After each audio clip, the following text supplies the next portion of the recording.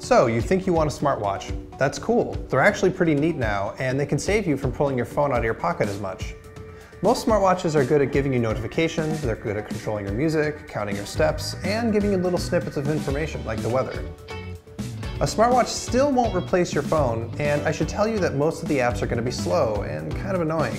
And a lot of them are actually not that great at just showing you what time it is. But hey, you're sold. You want a smartwatch. Well, you should get the best one. The one that gets all of the basics right and has a pretty good chance of getting the advanced stuff right too. Plus, oh yeah, it should look good and it should work really well with your phone. That last part is a tricky one. That's why if you have an iPhone, you should get an Apple Watch. And if you have an Android phone, you should get the new Moto 360. Let's talk iPhone first. There are actually a lot of different smartwatches that work with the iPhone, but the one that Apple makes is the best. It looks good, it lasts a full day, and it has a lot of different choices for watch faces and style. Since Apple makes it, it's able to hook into all those Apple-y things like iMessage, Maps, and Calendar really well. It's especially improved since Apple updated the software. More and more apps are available now for the Apple Watch, which means that you can get custom information like the weather or whatever on your watch face, and you can get custom widgets and apps when you need them. Most people should just go for the cheapest Apple Watch, the Sport. It does all of the same stuff that the more expensive ones do, and if you want, you can find a nice band on Amazon to spruce it up. On Android, it's a similar story. You want a watch that runs the same software as your phone does. There are a ton of Android Wear watches out there, and most of them are basically the same. So you can just pick one that looks the best to you and doesn't cost too much. Of them all, the one that I think will appeal to the most people is the new Moto 360. It comes in 2 sizes, and it can be easily customized with different bodies and watch bands. Yes, it does have a weird little flat tire on the display, but it's not as chunky or as slow as the other options.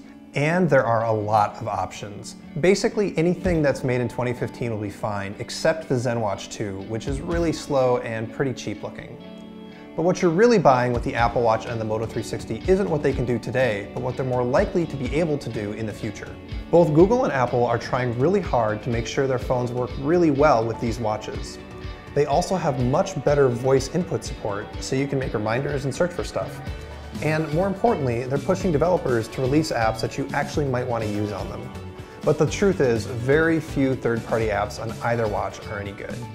Now, both of these 2 watches last about a day, but if you think you need more battery life than that, take a look at the Pebble smartwatch. Pebbles handle the basics. They work really well on both Android and iOS, and they last several days on a charge. They also have some apps, but overall it's a much more bare-bones smartwatch than the other ones. And here's another thing to think about. Using a smartwatch can actually be kind of hard to figure out. The Apple Watch has like 5 different new interactions and a button to learn, and Android Wear can get a little confusing with its taps and swipes and long presses. If you want something simple but still full-featured, Samsung's Gear S2 has a really nice dial on the top that you can just rotate. It's great, but it only works with Android, and I don't think it's going to get as much third-party support as the other watches. But here's the bottom line. Get the watch that looks good on your wrist, and accept that you're going to have to spend a few $100s to make that happen. You'll get notifications, you'll be able to count your steps, and maybe get directions to the local coffee shop. But if you want all that, and you want a watch that still has a pretty good chance of being supported in a year or 2, go with the watch that has the right software. For the iPhone, that's the Apple Watch. For Android users, it's the Moto 360.